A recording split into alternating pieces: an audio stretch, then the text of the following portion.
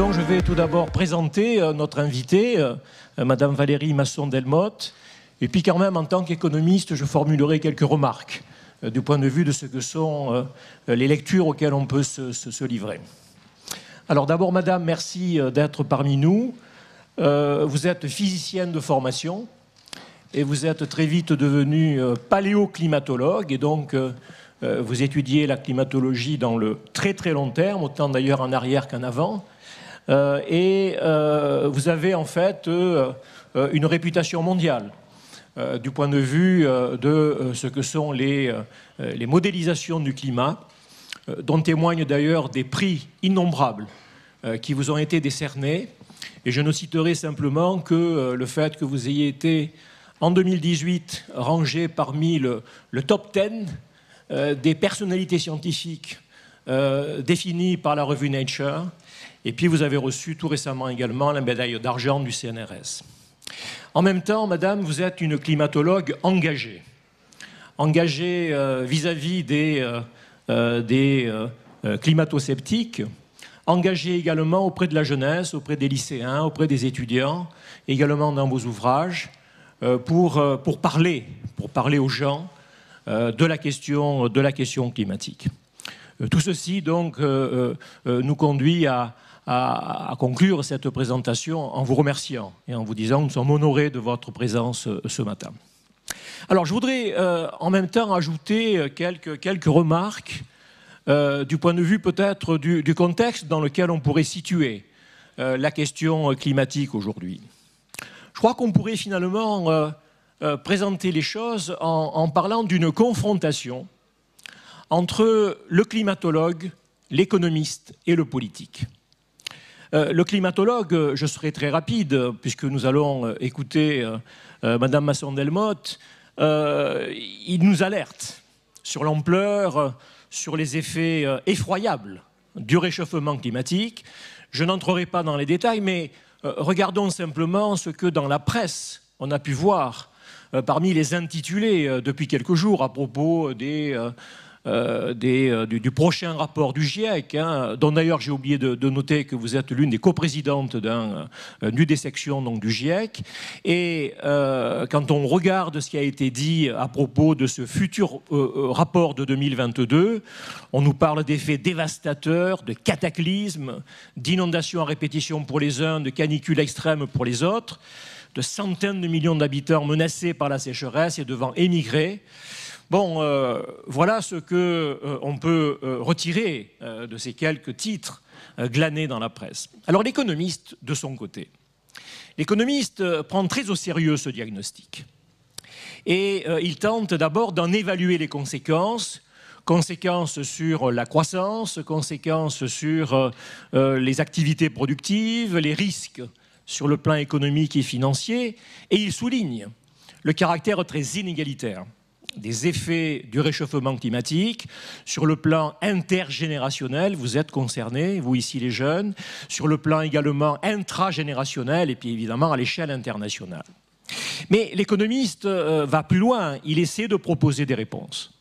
Il essaie de proposer des réponses pour réduire les émissions de CO2, pour viser la neutralité carbone et évidemment en examinant tout ce qui figure dans la boîte à outils à la disposition des pouvoirs publics. La taxation, les réglementations, en matière de production agricole, en matière également d'énergie, le financement de la R&D. Et l'économiste considère que finalement, s'il faut ne pas du tout réduire le pari de l'innovation, on se leurrerait en considérant qu'il suffit de faire finalement confiance aux découvertes futures pour régler le problème. C'est d'abord une affaire de changements radicaux de comportement. Pour l'économiste, par conséquent, le principe est simple. Par le jeu d'incitation financière, incitation négative par la taxation, incitation positive par le jeu de subventions, il faut faire évoluer les comportements et le seul moyen pour faire évoluer les comportements, c'est de toucher au portefeuille. Et donc c'est d'introduire un certain nombre d'incitations pour qu'en matière de consommation, de production, de mobilité, d'habitat, eh bien, il y ait des changements de comportement. Troisième larron dans cette parabole, le politique.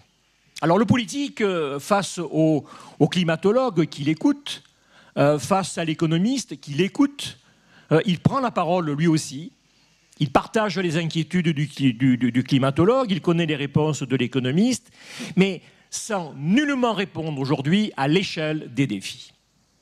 Avec beaucoup d'hésitation, de compromis, il procrastine, il repousse les échéances, il envisage d'accélérer le rythme. Et on n'a qu'à voir ce que sont aujourd'hui les écarts qui s'installent entre les engagements de l'accord de Paris et puis les résultats que l'on peut observer en termes d'émissions. Et il est frappant de constater, l'actualité nous le rappelle, que cette question des rapports finalement entre les engagements et puis le politique prennent un tour sous la forme de contentieux juridiques. On a tous lu dans la presse que hier, le Conseil d'État a condamné l'État français pour inaction climatique, carence fautive. Et on a eu il y a quelques mois une décision comparable de la Cour constitutionnelle de Karlsruhe qui a condamné également le gouvernement allemand de façon assez frappante d'ailleurs en mettant en avant la question des libertés et le fait que les libertés sont en cause dès lors que les efforts en matière de décarbonation sont insuffisants. Alors, cette parabole, en réalité, elle est très insuffisante. Elle est très insuffisante parce qu'il manque l'acteur clé. Et l'acteur clé, c'est l'homme. Car en réalité, l'homme, c'est-à-dire vous et nous, c'est finalement celui qui est la première victime, mais également c'est l'élément clé de la solution. L'homme partage des opinions collectives, souvent fausses, à propos du climat, comme dans bien d'autres domaines. Mais en même temps, l'homme calcule où est son intérêt, calcule ce que sont les coûts et les avantages de l'acceptabilité de telle ou telle politique qui pourrait être menée.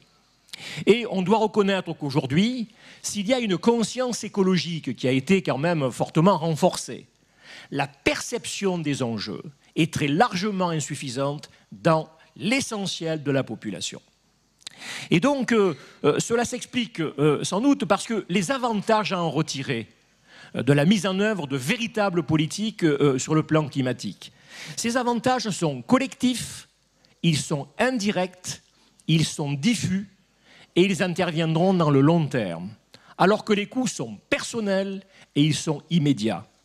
D'où les réticences, d'où l'épisode des Gilets jaunes qu'on a bien connu en France, mais d'où cette hésitation finalement du côté des politiques à mettre en œuvre de véritables politiques pour lutter contre l'accentuation du réchauffement climatique.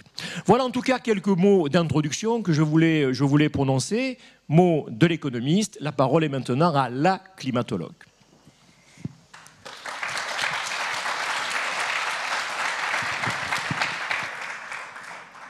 Merci beaucoup de cette invitation et c'est un plaisir de pouvoir participer à une rencontre non virtuelle. Ça me change de ce que j'ai fait depuis 1 an et demi, c'est un vrai plaisir. Alors le thème en fait de cette masterclass est le suivant, la nouvelle génération à définir.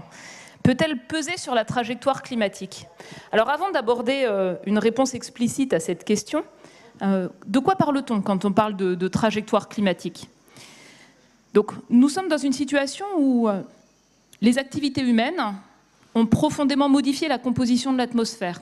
C'est le résultat d'émissions passées depuis la révolution industrielle. Et on est sur une rupture sur la teneur des principaux gaz à effet de serre dans l'atmosphère par rapport aux variations naturelles à des échelles de temps très longues, sur des centaines de milliers d'années. Donc c'est une rupture. Le climat réagit à l'accumulation de chaleur qui ne part plus vers l'espace puisqu'on ajoute de l'effet de serre. Donc nous en sommes à plus de 1 degré de réchauffement à la surface de la Terre, continents et océans. Et nous vivons tous avec les conséquences et les impacts de ce climat qui change. Toutes les régions sont concernées, aussi bien sur Terre, les régions polaires, le haut des montagnes, le fond de l'océan. Un certain nombre de conséquences sont directement proportionnelles au niveau de réchauffement planétaire, parce qu'il y a des réactions immédiates. Qu'est-ce que c'est ? Les tendances en température, dans la plupart des régions, un réchauffement plus prononcé au-dessus des continents que la moyenne planétaire. En France, on en est déjà à 1,7 degré de réchauffement. ce réchauffement de l'atmosphère s'accompagne de modifications du cycle de l'eau. Une atmosphère plus chaude peut contenir plus de vapeur d'eau. Une des conséquences directes, c'est donc un renforcement de l'intensité des pluies torrentielles. On l'observe dans le sud-est de la France, on l'observe au niveau planétaire dans de très nombreuses régions. La même tempête, qui a la même trajectoire qu'il y a 50 ans, en passant sur des mers plus chaudes, en voyageant dans une atmosphère qui peut contenir plus d'humidité, peut donner lieu à des cumuls de pluie plus importants. Quand la température moyenne augmente, ça va modifier la probabilité d'avoir des extrêmes froids, des extrêmes chauds. On a une baisse des extrêmes froids partout dans le monde, et on a une hausse en fréquence, en intensité, en durée des extrêmes chauds. Votre génération a connu en France 46 degrés l'été 2019. Ça a d'ailleurs montré que notre système d'enseignement n'est pas adapté, puisqu'à l'époque, le brevet avait été retardé. Les établissements scolaires ne permettent pas d'accueillir les élèves dans de bonnes conditions pour apprendre lors des vagues de chaleur. Au Canada, on a eu cette semaine 50 degrés quasiment d'intensité. La question n'est pas de savoir si on aura 50 degrés d'intensité en Europe aussi, c'est de savoir quand, en fait. C'est une conséquence directe d'un climat qui se réchauffe. C'est la même chose en mer. Quand les eaux de mer se réchauffent, et l'océan capte plus de 90% de la chaleur supplémentaire emmagasinée dans le système climatique. Une conséquence directe, c'est des vagues de chaleur en mer plus fréquentes qui entraînent une dégradation des récifs de coraux tropicaux. On s'attend à une dégradation de la majorité des récifs de coraux tropicaux dans un climat qui continue à se réchauffer. C'est une conséquence directe. Bonjour. Donc, des effets sur le cycle de l'eau qui sont importants. Quand l'atmosphère est plus chaude, ça augmente en fait la demande d'évaporation, de transpiration des sols. Ça renforce la sévérité des sécheresses. C'est le cas pour toutes les régions autour de la Méditerranée et toutes les régions de climat méditerranéen. Ce qui fait en fait des régions de type méditerranéenne un des points chauds du réchauffement climatique par rapport aux conséquences sur les événements extrêmes, les vagues de chaleur, les sécheresses, mais également sur l'augmentation des conditions favorables à des incendies de forêt. Ce que j'essaie de décrire par là, c'est le fait que dans chaque région, j'ai donné l'exemple de la Méditerranée, mais dans chaque région, le changement climatique, ce n'est pas un aspect, c'est une multitude d'aspects, des tendances, des événements peu intenses mais plus fréquents et des records nouveaux. Pourquoi est-ce que c'est important? C'est parce qu'en fait, nos sociétés, les écosystèmes qui existent aujourd'hui, ils sont le résultat d'une adaptation par rapport à une certaine plage de variabilité naturelle du climat. Le changement climatique qui se produit rapidement, qui est une rupture par rapport au rythme des variations des derniers millénaires, il demande à penser autrement. Par exemple, le littoral, nos ouvrages de protection, nos aménagements, nos infrastructures sur le littoral, qui concentrent de grandes villes dans le monde. Ce littoral n'est pas prêt à faire face à la montée du niveau des mers.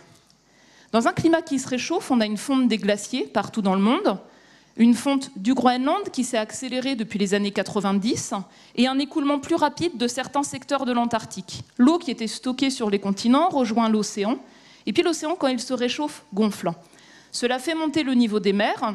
Le rythme de montée du niveau des mers a fortement augmenté. Depuis les années 1990, on en est à un peu plus de 3,5 mm par an en ce moment. On s'attend à une augmentation de ce rythme de montée du niveau des mers, parce qu'en fait, les composantes lentes du climat, les glaciers, les calottes polaires, l'océan, vont continuer à s'ajuster, quoi qu'on fasse.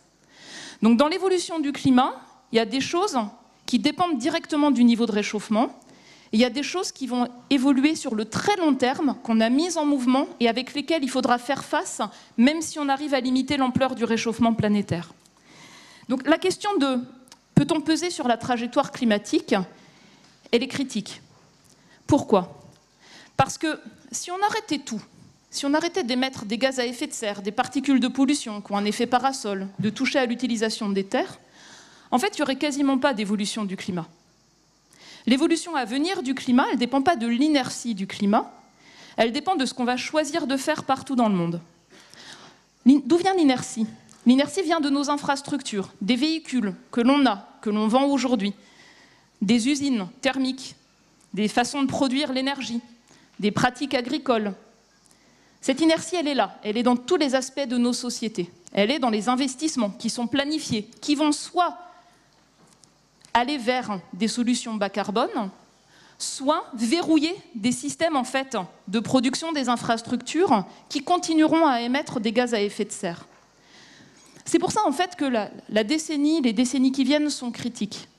Et particulièrement critiques parce qu'on est dans un contexte de pandémie et parce que les relances qui vont être mises en place pour soutenir l'emploi, pour soutenir l'activité économique, elles peuvent soit conduire à verrouiller des trajectoires très carbonées, le recours aux énergies fossiles, des pratiques agricoles qui conduisent à émettre beaucoup de gaz à effet de serre, soit à l'inverse, elles peuvent favoriser des transformations et faciliter les secteurs économiques d'avenir, les entreprises qui sont porteuses de solutions et qui peuvent, au contraire, contribuer rapidement à la baisse des émissions de gaz à effet de serre. Ce que je vous dis là, c'est sur la base de 3 récents rapports spéciaux du GIEC qu'on avait rendus en 2018-2019 sur 1,5 degré de réchauffement planétaire, sur le changement climatique, la sécurité alimentaire et l'utilisation des terres, et sur l'océan et les glaces dans un climat qui se réchauffe. Les éléments scientifiques, qui sont solidement établis, ils n'ont fait que s'affiner en fait au cours des dernières décennies. Et ces rapports du GIEC, ils soulignent en fait l'importance de la construction des trajectoires d'émissions de gaz à effet de serre. De quoi s'agit-il si on veut contenir le réchauffement à un niveau très bas, très proche de l'actuel? Pour le contenir en dessous de 2 degrés, c'est au niveau mondial être à net zéro CO2. Donc les activités humaines ne mettent pas plus de gaz à effet de serre, de CO2 dans l'atmosphère que ce qu'on est capable d'éliminer et de stocker de manière durable à horizon 2070. Pour le contenir à un niveau proche de 1,5 degré, c'est 2050. En 2050, vous aurez mon âge. C'est le défi de votre génération. Aujourd'hui, on émet environ 40 milliards de tonnes de CO2 dans l'atmosphère chaque année. Le rythme d'augmentation est d'environ 2-3% par an. Donc, le défi en fait, de votre génération, c'est transformer l'ensemble en fait, des secteurs d'activité. Bien sûr, en premier lieu, l'énergie, mais également l'industrie, l'aménagement urbain, l'agriculture, l'alimentation, la gestion des terres, l'ensemble des infrastructures, de sorte à aller vers cette neutralité carbone le plus rapidement possible. Et le point vraiment fondamental, le point qui est souvent mal compris, c'est qu'on n'a pas un thermostat. On n'a pas un thermostat, c'est-à-dire si nous, on monte les émissions de gaz à effet de serre, le climat réagit. Mais ce qui va déterminer le pic de réchauffement à venir, c'est 2 choses clés. La première chose, c'est le cumul de nos émissions mondiales de CO2, passées, présentes et à venir. Tant que les émissions mondiales de CO2 ne sont pas à zéro net, la concentration dans l'atmosphère continue à augmenter et le climat continue à dériver. Ça, c'est la première chose qui n'est pas intuitive. Puis la deuxième chose, il faut arriver à maîtriser et faire baisser l'effet net des autres facteurs que le CO2. Le méthane, l'oxyde nitreux, qui sont des gaz à effet de serre, mais aussi les particules de pollution qui sont émises avec les gaz à effet de serre et qui ont un effet parasol, légèrement refroidissant. Et là, en fait, les actions sans regret les plus nettes, c'est celles qui touchent au méthane, donc un gaz à effet de serre très puissant, mais qui reste peu de temps dans l'atmosphère. Et c'est aussi un gaz à effet de serre qui agit comme un précurseur de la formation d'ozone dans les basses couches de l'atmosphère, donc qui contribue à la pollution atmosphérique. Voilà. Donc ça, c'est vraiment les conditions clés pour parvenir à limiter l'ampleur du réchauffement. Entre 2010 et 2030, les trajectoires qui permettent de limiter le réchauffement largement en dessous de 2 degrés, c'est des trajectoires avec une baisse au niveau mondial des émissions de CO2 de l'ordre d'1/4 pour contenir le réchauffement largement en dessous de 2 degrés et quasiment de moitié pour le contenir à un niveau très proche de l'actuel comme 1,5 degré. Qu'est-ce que ça veut dire pour votre génération ? Puisque l'action au niveau mondial a été très lente, elle commence à se mettre en place. On a un ensemble de pays qui ont déjà atteint un pic d'émissions et une baisse graduelle, mais ce n'est pas à la hauteur de l'enjeu.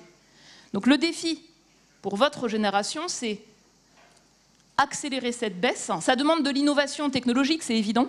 Ça demande de l'innovation sociale, en particulier sur les questions de gouvernance, sur les questions de fiscalité, sur les questions de réglementation, sur les questions de comportement. Ça demande également de l'innovation frugale pour que les solutions soient abordables, accessibles à tous. Donc c'est cette notion de transition juste qui est fondamentale dans notre pays comme partout dans le monde. Ça demande une réorientation majeure des financements hors des secteurs les plus émetteurs, en sortir le plus vite possible du charbon, sortir rapidement du pétrole, et puis faire en sorte de maîtriser l'utilisation du gaz, parce que c'est un point de vigilance. L'augmentation dans le monde des émissions de gaz à effet de serre liées au secteur du gaz ne fait que croître, donc c'est vraiment un point de vigilance majeur. Et puis au contraire, tourner les financements vers deux choses pour lesquelles elles font défaut: l'efficacité énergétique, toutes les solutions bas carbone et l'adaptation. Alors je termine avec un focus sur le contexte français, sur les bases du rapport du Haut Conseil pour le climat qui a été rendu public cette semaine et qui insiste sur les enjeux de renforcer l'atténuation, donc la baisse des émissions de gaz à effet de serre, et engager l'adaptation. Donc entre 2018 et 2009, avant la pandémie, les émissions de gaz à effet de serre de la France ont baissé d'environ 1,9% sur cette année-là. C'est plus bas que la moyenne européenne. Le rythme de baisse d'émissions de gaz à effet de serre en France, pour tenir les engagements qui ont été pris, la stratégie nationale bas carbone, ça doit augmenter et atteindre 3% en 2021, 3,3% dans les années suivantes. Donc il y a un vrai défi à changer d'échelle et toucher en particulier le secteur des transports. C'est celui qui pèse le plus en France sur les émissions de gaz à effet de serre et c'est celui où les émissions ne baissent pas. Ensuite, si on regarde la stratégie nationale bas carbone en France, elle a 22 indicateurs. Il y en a un qui est atteint, il y en a 3 pas évalués, 6 pas mis en œuvre, et 12 pour lesquels on a une information qui est partielle. Donc il y a vraiment un enjeu de changement d'échelle, de gouvernance, d'implémentation. Les feuilles de route, ministère par ministère, ont commencé à arriver l'année dernière pour sa mise en œuvre, et seulement quelques plans d'action ont émergé, en particulier du côté du ministère de l'Environnement, du côté du ministère de l'Économie. Ça demande encore à être renforcé. Et ça demande des compétences. Ça demande une formation, justement, des acteurs dans la fonction publique. Ça demande une formation des décideurs, des élus, qui souvent fait défaut. Au niveau de la relance, le plan de relance de la France, comme de l'Union européenne, c'est un de ceux qui a mis le plus l'accent sur la transformation bas carbone. Mais c'est seulement, en fait, un tiers de l'effort. Et par rapport à ce plan de relance, il y a encore des difficultés sur le suivi de l'efficacité des mesures mises en œuvre, en particulier sur tout ce qui accompagne l'accélération vers le bas carbone. Il y a encore des défauts sur la capacité à évaluer les lois et leur cohérence avec la stratégie nationale bas carbone. Ça demande de construire des méthodologies et des indicateurs de suivi pour la transparence de finalement l'efficacité publique. Il y a des enjeux d'articulation entre la politique européenne, nationale, et puis les schémas régionaux, les schémas des régions. Les émissions de gaz à effet de serre baissent dans la plupart des régions, mais il y a encore des difficultés à articuler les stratégies, les performances au niveau des régions avec la stratégie nationale. Donc ce sont des enjeux importants de gouvernance. L'Union européenne a renforcé son ambition à agir. Elle vise une baisse de ses émissions de 55% à horizon 2030. Ça veut dire que le peu de choses qui a déjà été mis en œuvre en France n'est déjà plus adapté, qu'il y a vraiment cet enjeu de renforcer l'action à court terme pour contribuer à la rehausse de l'effort européen. Et puis, dernier point, en France, il y a 2 tiers de la population qui est exposée fortement ou très fortement aux aléas climatiques, en métropole, mais aussi dans les outre-mer. L'adaptation, c'est-à-dire le fait d'analyser en quoi nous sommes concernés par les conséquences d'un climat qui change, ce n'est pas simplement les aléas climatiques que j'ai décrits tout à l'heure, c'est les aléas climatiques, donc les tendances, les extrêmes, les événements peu intenses de plus en plus fréquents dans chaque région, c'est l'analyse de l'exposition par rapport à ces aléas, et c'est l'analyse de la vulnérabilité. Je vais donner un exemple. Si on construit de plus en plus dans les zones inondables, ce qu'on a fait depuis plusieurs décennies, et qu'en plus on a une augmentation de l'intensité des pluies torrentielles, ces 2 facteurs augmentent les risques liés au climat, par l'aménagement local et par l'effet d'un climat qui change. Donc c'est important d'avoir des outils pour analyser dans chaque région, dans chaque territoire, ces risques liés au climat, anticiper pas uniquement sur ce qui a déjà été observé, mais sur les évolutions inéluctables sur les prochaines décennies, puisque du fait de l'inertie de nos infrastructures, le climat va continuer à se réchauffer sur les prochaines décennies, et il faut anticiper par rapport à cela. On est aujourd'hui dans des situations où les actions d'adaptation de la France, des régions, sont souvent réactives par rapport à des situations, des gestions de crise qui ont été faites, mais pas encore proactives, pas assez transformationnelles, avec aussi parfois de la maladaptation, c'est-à-dire en voulant régler un problème, on augmente l'exposition ou la vulnérabilité par la suite. Donc par rapport à ce tableau-là, ce que j'essaie de dessiner, c'est l'urgence de renforcer l'atténuation, d'engager l'adaptation. Ça demande des compétences, ça demande des outils, ça demande de sortir des silos et de penser ces deux aspects ensemble et non pas séparés.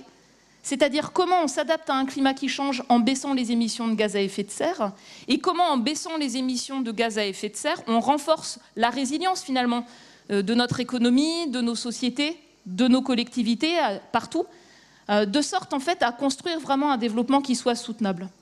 Et puis le dernier point que je n'ai pas assez mentionné, mais sur lequel je veux mettre l'accent dans la fin de cette présentation, c'est l'importance d'aborder les enjeux climat et biodiversité ensemble. Certaines options d'action pour le climat peuvent être extrêmement néfastes pour préserver les écosystèmes ou la biodiversité. Par exemple, pour des secteurs très difficiles à décarboner, une solution qui est très facile et qui est très utilisée en marketing, c'est de faire croire que le consommateur peut se dédouaner de sa responsabilité par des actions de compensation. Donc l'idée, c'est on va acheter sur des marchés du carbone des crédits carbone qui sont souvent très difficiles à suivre, qui ne correspondent pas en fait à enlever le CO2 de l'atmosphère et le stocker de manière durable. Par exemple, si vous préservez une forêt qui existe déjà, en fait, ça ne correspond pas à ce qu'on devrait faire pour une neutralité carbone. Donc toutes les options qui portent sur l'utilisation de la biomasse pour l'énergie, la forestation à la place de terres agricoles ou d'espaces de forêt non gérés initialement, ça pose des questions majeures, des questions pour la biodiversité, des questions pour la sécurité alimentaire, des questions pour les droits des populations locales. Donc ça, c'est un point de vigilance particulièrement important, alors qu'il existe des solutions qui sont à multiples bénéfices, à la fois pour la biodiversité, pour la sécurité alimentaire et pour le climat. Tout ce qui permet de restaurer, préserver des écosystèmes qui stockent du carbone, les écosystèmes côtiers, les écosystèmes de zones humides, les forêts primaires, c'est fondamental. La diversification des forêts, ça les rend plus résilientes dans un climat qui change, ça augmente leur valeur pour la biodiversité, ce sont des aspects qui sont importants. Et c'est une des raisons pour lesquelles le GIEC et l'IPBES ont eu un atelier de travail commun pour montrer là où justement on peut avoir des solutions à multiples bénéfices plutôt que des solutions très partielles qui peuvent en fait exacerber d'autres problèmes. Donc pour terminer, pour votre génération, je pense que vous allez être devant un triple défi. Le premier défi, c'est arriver à convaincre ceux qui n'ont pas la chance d'avoir une formation, une compréhension des enjeux, à les entraîner pour porter les solutions qui existent déjà. Ça va être d'accélérer le rythme de la baisse des émissions de gaz à effet de serre dans les années, dans les décennies qui viennent. Ça va être de vous adapter et de construire l'adaptation à un climat qui va continuer à changer, avec des enjeux de coopération, de solidarité qui sont majeurs, puisque nous n'avons pas tous les mêmes capacités de réponse, les mêmes accès au financement pour l'adaptation.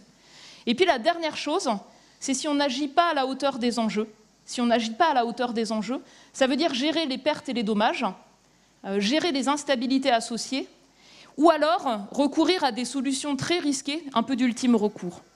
Voilà, donc pour moi, c'est vraiment l'enjeu qui est majeur pour votre génération, et je compte sur vous.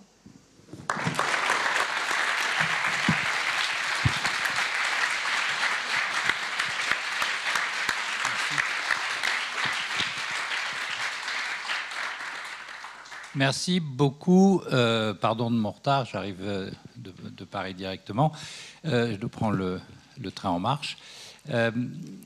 Écoutez, je crois que vous êtes ici sur une question fondamentale, c'est qu'est-ce que vous pouvez faire ou qu'est-ce que vous allez devoir faire. Donc le mieux, c'est pas que je pose des questions, mais que vous en posez. Donc je vais passer la parole directement à la salle, à moins si André est d'accord. Et on va faire on va essayer, on a une demi-heure de faire essayer le tour des questions parce qu'elles sont nombreuses. Donc si vous voulez bien, vous levez la main. Voilà, et je suppose qu'il y a des micros. Non. Oui. Il n'y a pas de... S'il n'y a pas de micro, je vais aller vous en donner parce qu'il faut qu'il y ait... Ah si, il y en a d'autres, des micros au fond? Parce qu'il faut que ce soit... comme c'est sur le net, il faut qu'il y ait un micro. Voilà, ça vient, ça se met en place. Donc, mademoiselle, après, j'avais d'autres questions. Voilà.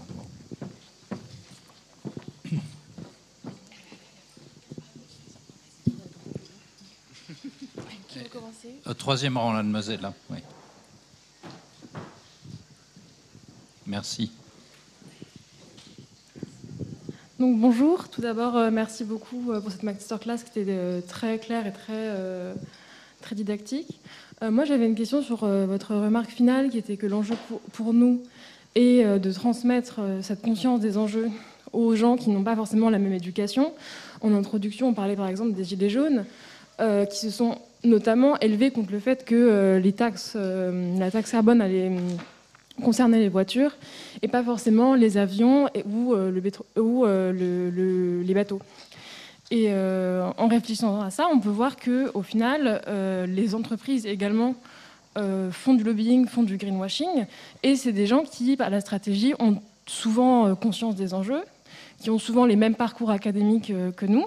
Et est-ce qu'au final, l'enjeu, c'est pas que nous aussi, qui sommes parfaitement conscients des enjeux, mais qui avons des enjeux économiques très forts, fassions des sacrifices et sacrifions du profit au profit justement de l'environnement. Merci beaucoup.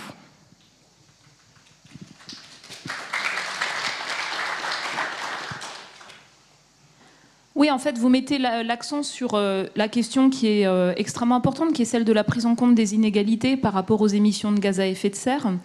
Donc si vous regardez par exemple en France, vous voyez très nettement que les inégalités de revenus en moyenne se traduisent par un facteur 4 entre les différents déciles sur les émissions de gaz à effet de serre par personne. C'est aussi quelque chose qu'on retrouve au niveau mondial. Sauf erreur de ma part, je crois que les 10% les plus aisés dans le monde représentent plus de la moitié des émissions mondiales de gaz à effet de serre. Et c'est encore plus marquant dans le secteur aérien, où on a 1% des voyageurs les plus fréquents qui pèsent pour la moitié quasiment des émissions mondiales du secteur aérien. Donc c'est une dimension qui est fondamentale à prendre en compte.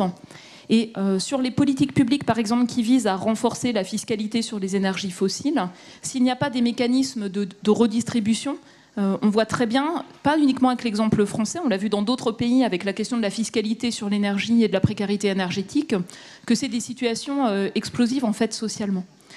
Donc c'est effectivement une des leçons qui a été apprise sur les dernières années, le fait de construire la baisse des émissions de gaz à effet de serre dans une approche de transition qui soit, on va dire, éthique, équitable et juste.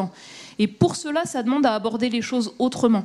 C'est-à-dire, par exemple, une des grilles d'analyse, ça peut être les objectifs du développement durable, c'est un exemple parmi d'autres, pour lesquels le premier objectif porte sur l'élimination de l'extrême pauvreté. Et donc, quand on a cette grille d'analyse et qu'on regarde chaque option d'action, on peut voir en fait son profil de conséquences. Et c'est ce qui est fondamental pour construire, je pense, des politiques publiques, repenser certains aspects de la fiscalité, de sorte à emmener tout le monde. Voilà. Et puis, ce que vous disiez également, c'est la question du profit. C'est une question qui n'est pas dans mon domaine de compétences, mais c'est évident dans les analyses, en tout cas économiques, que j'ai vues, qu'il y a un enjeu qui est extrêmement important à intégrer beaucoup plus profondément la question des inégalités dans les approches économiques pour construire la baisse des émissions de gaz à effet de serre.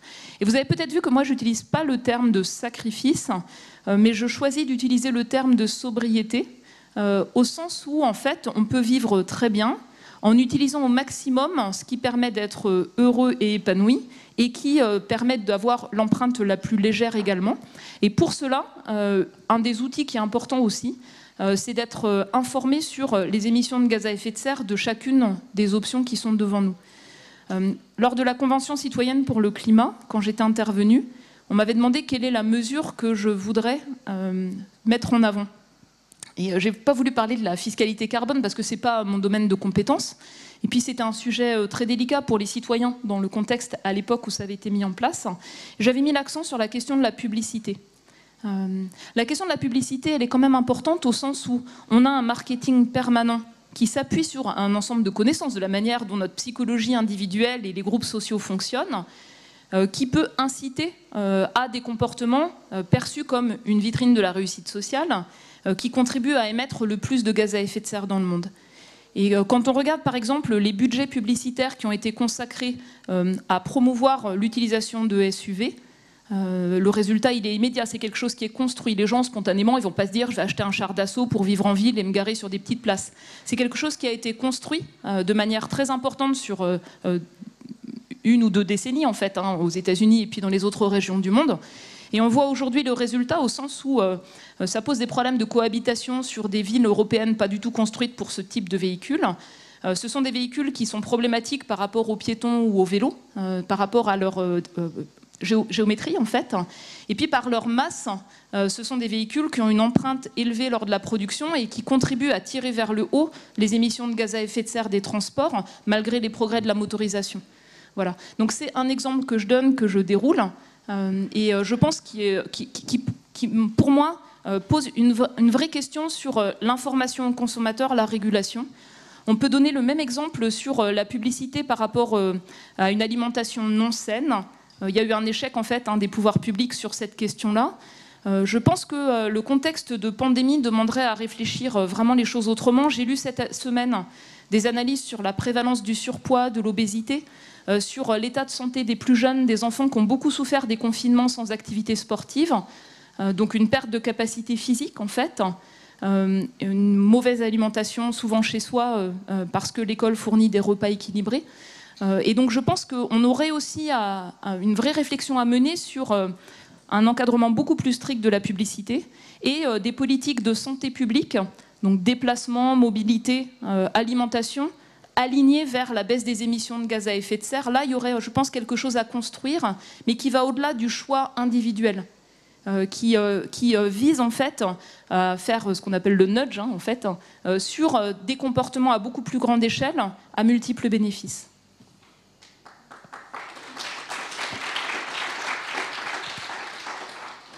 Alors, vous pouvez repasser le micro. À la partie gauche, il n'y a pas de questions? Si, aussi? Non, c'est la partie... Bonjour. À gauche, il n'y a pas de questions. Déjà, merci beaucoup d'intervenir. Je trouve que c'est vraiment pertinent que vous participiez à des rencontres comme ça.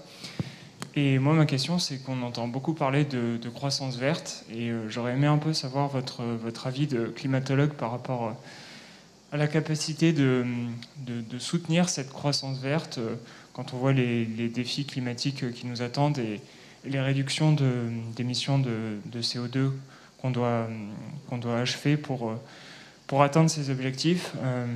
Voilà, j'aurais aimé avoir votre avis sur cette croissance verte et sa soutenabilité.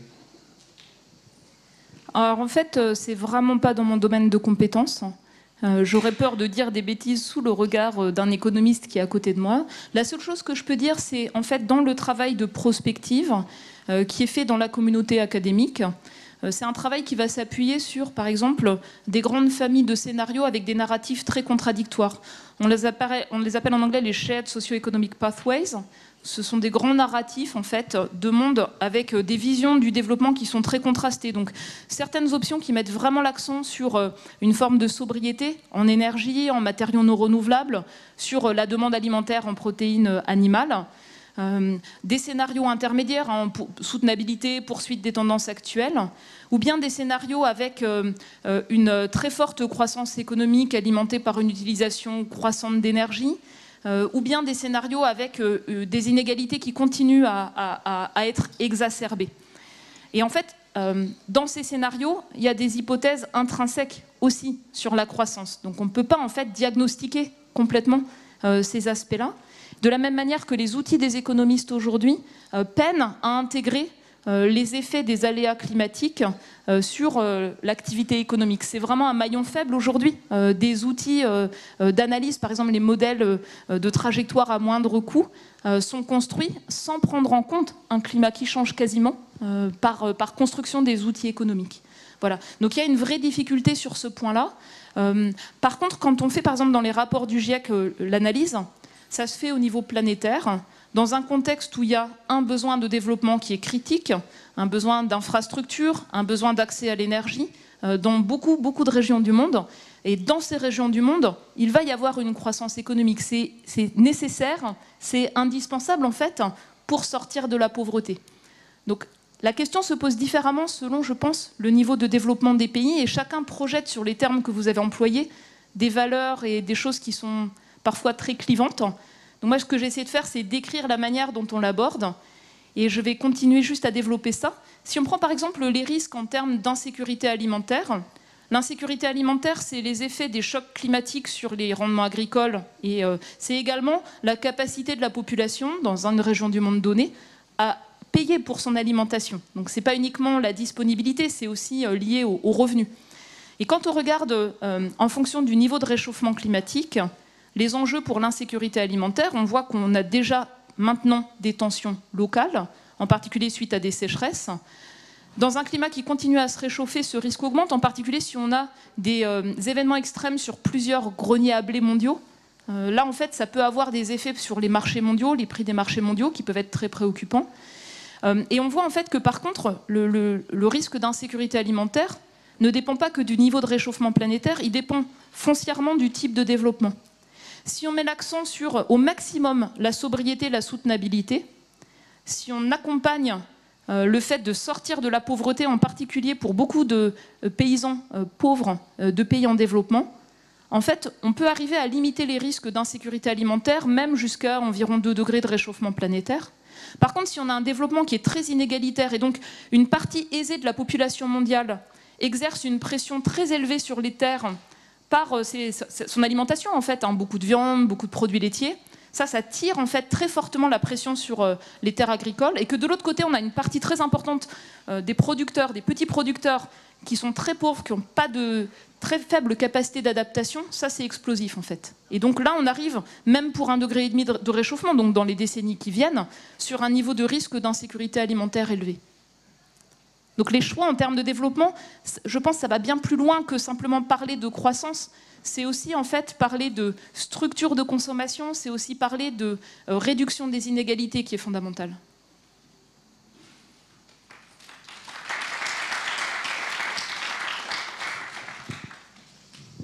Oui, mademoiselle. Ah bah restez là, oui, puisque vous êtes là. Oui, merci beaucoup pour cette masterclass et pour toutes ces données un peu climatiques que vous apportez dans le débat. Et justement là-dessus, je me demandais si les données purement climatiques en fait ne pourraient pas un peu plus irriguer les politiques publiques en fait, parce qu'on parle de réchauffement climatique comme si c'était en tout et que c'était très simple. Mais par exemple, quand vous distinguiez l'effet CO2 de l'effet des autres gaz à effet de serre, bon voilà, le méthane reste en atmosphère pendant 10 ans environ, le CO2 c'est environ 100 ans. Est-ce qu'en termes de politique publique, par exemple, ça voudrait dire que les économistes ou les décideurs politiques devraient différencier une taxe carbone du taxe méthane, ou est-ce qu'il y a vraiment des données climatiques qu'on n'a pas en tête, nous économistes ou leaders de demain, qu'on pourrait mieux prendre en compte pour mieux façonner notre avenir ? Oui, tout à fait. Alors la première chose, c'est donc vous avez mentionné tout à fait que le méthane, il a un fort pouvoir de réchauffement sur une durée courte. Et par contre, le dioxyde de carbone, donc on dit parfois 100 ans, c'est faux en fait. Donc sur ce qu'on met dans l'atmosphère aujourd'hui, il y en a à peu près 55% qui est repris par l'océan, la végétation et les sols. Le reste s'accumule dans l'atmosphère. Et sur ce qu'on met dans l'atmosphère aujourd'hui, il y en a une partie importante qui va continuer à agir sur le climat sur une échelle de temps de 1000 ans. Donc en fait, c'est beaucoup plus long que 100 ans. Et puis ça interagit aussi avec la vie dans l'océan, par l'acidification de l'océan, et puis les plantes, le fonctionnement des plantes. Donc c'est vraiment quelque chose de très profond. Donc il y a eu des métriques qui ont été construites, où on va par exemple ramener chaque gaz à effet de serre à un équivalent CO2 sur 100 ans. Mais quand on parle de maîtriser l'évolution du réchauffement climatique sur les décennies qui viennent, ces métriques ne sont pas forcément adaptées. L'équivalent sur 100 ans n'a plus de sens. Donc dans le rapport sur 1,5 degré, ce qu'on a mis en avant, c'est d'une part le cumul des émissions de CO2, c'est le premier point de vigilance, c'est ce qui doit faire l'objet du premier suivi. Et ensuite, l'effet net de tous les gaz et des particules hors CO2, sous forme de l'effet sur le forçage radiatif, les flux de rayonnement entre la Terre et l'espace, comme la deuxième métrique. D'un point de vue scientifique, c'est ça qui a le plus de sens.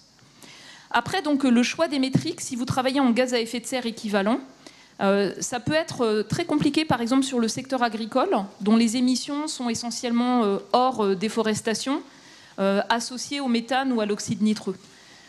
Donc, il y a un besoin, je pense, d'aborder des stratégies d'action, gaz par gaz, en particulier sur le secteur agricole et puis certaines activités industrielles, en plus d'approches un peu intégrées qui sont utilisées communément pour comparer, disons, les émissions de gaz à effet de serre de différents secteurs d'activité ou de différents pays dans le monde. Je pense qu'il faut aller au-delà de la métrique potentielle de réchauffement global sur 100 ans pour être très clair.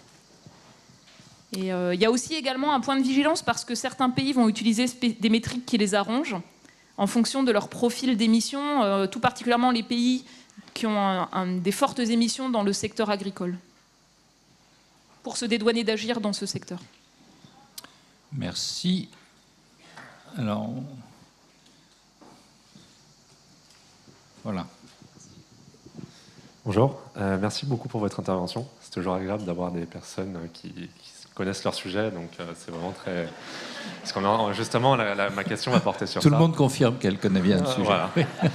Parce qu'en fait, ma question elle est en deux parties. La première partie, c'est comment, en tant que jeune aujourd'hui, on peut lutter contre la désinformation massive qu'on a sur les sujets scientifiques. Aujourd'hui, vous intervenez, vous êtes une professionnelle, vous connaissez votre sujet. Malheureusement, tout le monde aujourd'hui est en capacité de parler sur des sujets qu'ils ne connaissent pas ou qu'ils ne connaissent qu'à peine.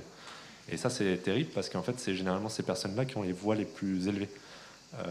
On entend beaucoup moins les scientifiques du GIEC, on entend pendant qu'ils sortent leur rapport, et puis après, c'est fini. Une semaine après, on les a plus. Et ça, c'est un peu compliqué parce que du coup, c'est eux qui ont quand même une voix qui doit porter le plus pour le changement climatique. Deuxième question, qui est plus ou moins liée, je dirais. Aujourd'hui, je trouve qu'on fait beaucoup de politique locale. Je pense notamment à l'exemple de la vignette critère, quand on a interdit presque du jour au lendemain les voitures à fortes émissions, c'est un peu vieille.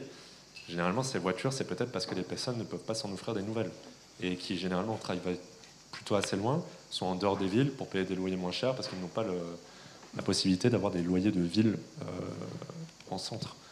Donc en fait, est-ce qu'on a, ce que vous disiez au tout début en introduction, est-ce que là, on taxe pas les mauvaises personnes, à contrario de plutôt taxer les bonnes personnes qui sont en capacité de faire ça? Merci beaucoup. Oui, merci. Alors sur le premier sujet, c'est compliqué. Donc j'en ai pas parlé, mais je n'ai pas commenté les fuites sur un brouillon de rapport du groupe 2 du GIEC, qui ont fait les hauts titres des médias, mais ça demande quand même de réfléchir à ce que font des agences reconnues comme l'agence France Presse quand ils choisissent de faire fuiter un brouillon qui a reçu 50 000 commentaires, donc qui va être sujet à de nombreuses révisions. C'était un peu frustrant pour moi de voir à quel point ça a été couvert, sachant que dans les points qui ont été couverts, il y a des choses qui étaient dans les précédents rapports du GIEC solidement établis et qui n'avaient pas fait l'objet d'autant d'attention. Après, le deuxième point, c'est donc mentionner que le vrai prochain rapport du GIEC sur les bases physiques du climat, il sort le 9 août. Je ne peux pas en dévoiler les conclusions principales. On est dans la dernière ligne droite. C'est un travail de plusieurs années, 14 000 publications passées en revue, 230 chercheurs de 60 pays différents, en tout 75 000 commentaires de relecture, de milliers de relecteurs. Et c'est ce travail-là qui fait, je pense, la force de l'évaluation collégiale.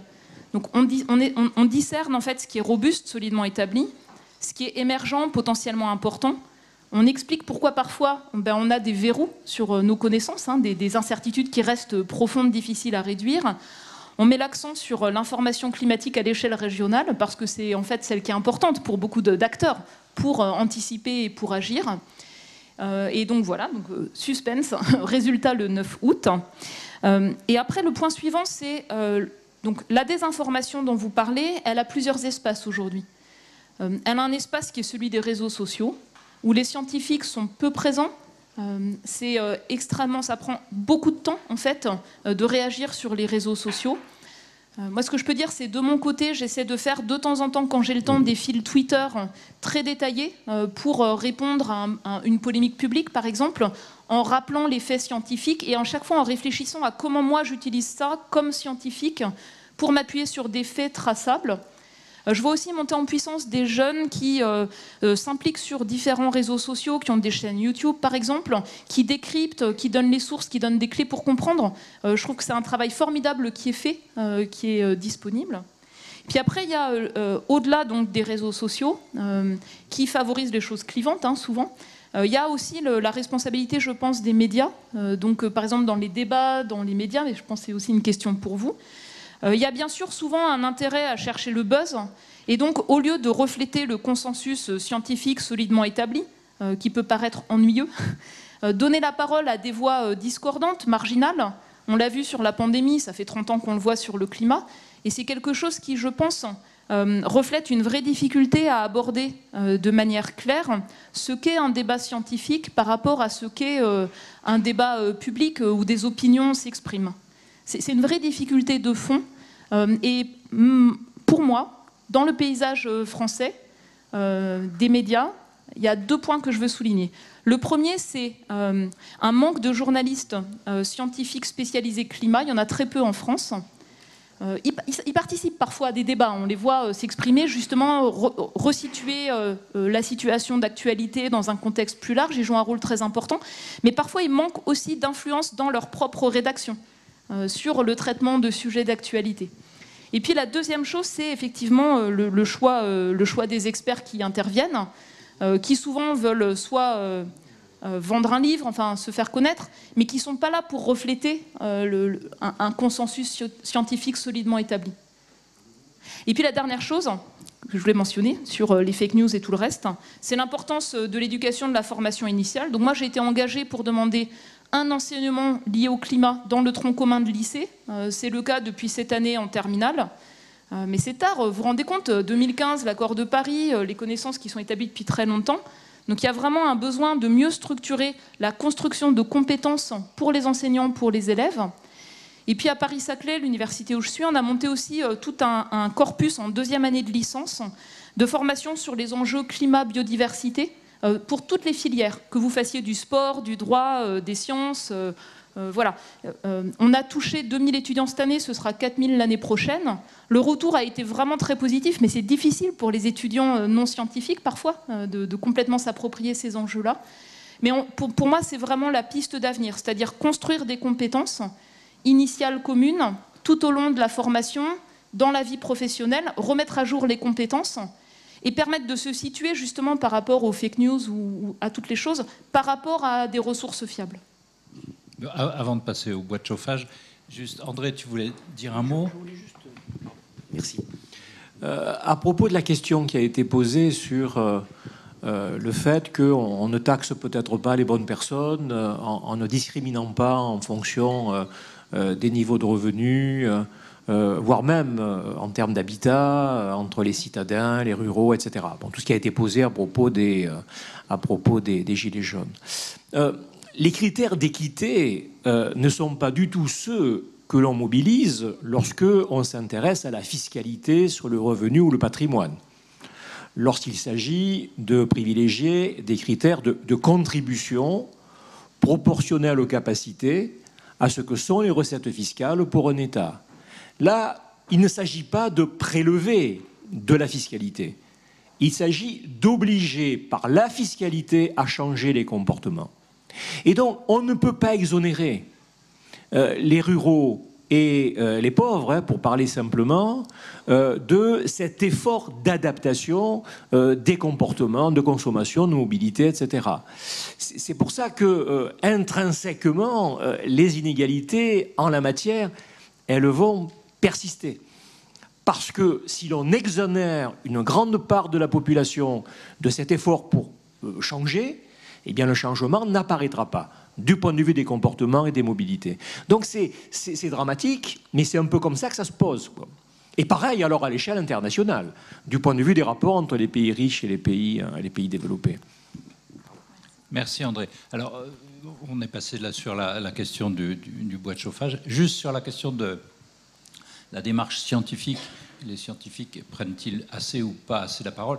Je vous invite à rester à 2e masterclass, puisque Étienne Klein, c'est son domaine, c'est le spécialiste de tout ça, donc je crois qu'on va approfondir le sujet.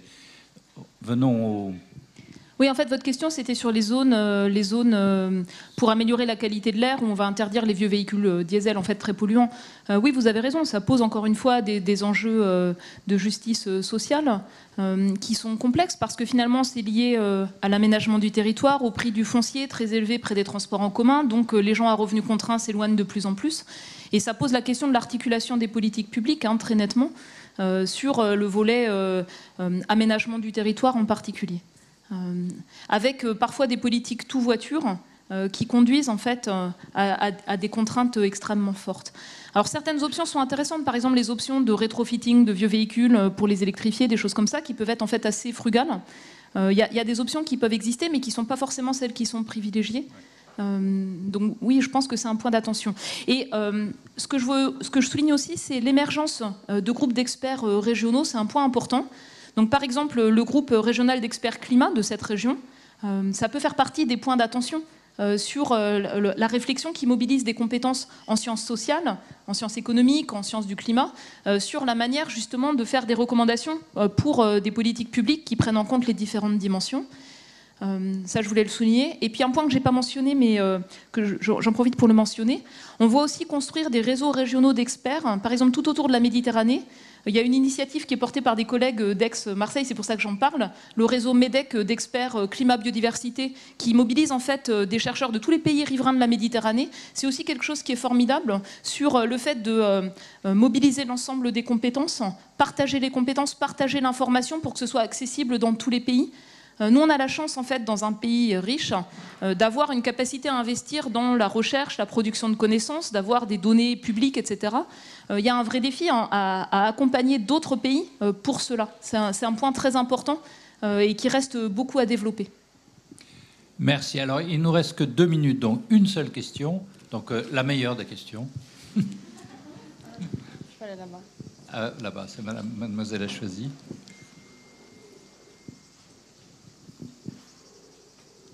Bonjour, et puis merci de me donner la parole. Bon, moi, je vais faire très très vite, du coup, s'il reste que 2 minutes. C'est une question un petit peu candide, mais comment est-il possible de produire des énergies propres avec une sous-question, du coup, est-ce que le nucléaire est une énergie propre? Merci. En 1 minute. Alors en fait, mon employeur est le commissariat à l'énergie atomique et aux énergies alternatives. J'y travaille dans la branche recherche fondamentale, comme Étienne Klein. Ça va en fait de l'atome à l'univers, l'astrophysique, en passant par le système Terre qui est un système complexe. Moi, je n'ai pas de compétences spécifiques sur la question du nucléaire. Je vous invite à regarder le rapport sur 1,5 degré du GIEC, le chapitre 4, sur les aspects qui portent sur l'énergie. Il y a une section entière qui porte sur la question de la contribution du nucléaire à la décarbonation du secteur de l'énergie dans le monde, pas pour la France mais dans le monde. Vous y trouverez une évaluation la plus récente et la plus objective qui a été faite. Et enfin, s'il y avait une solution simple pour l'énergie, on le saurait. Donc il y a plusieurs dimensions. Il y a une dimension qui est celle des émissions de gaz à effet de serre. Donc le nucléaire, l'éolien, l'hydraulique, le photovoltaïque sont les énergies la géothermie contribue au moins d'émissions de gaz à effet de serre par kilowattheure produit. Il y a une autre dimension qui est celle de l'empreinte matériaux. Il y a une question qui est celle de la gestion des déchets. Et puis enfin, il y a une question qui est celle de l'empreinte sur les terres, avec les interactions climat et biodiversité. Et c'est l'ensemble de ces dimensions qui doivent être prises en compte quand on cherche à construire un système énergétique soutenable, en plus des dimensions qui portent sur la gestion de l'intermittence. Merci beaucoup, madame.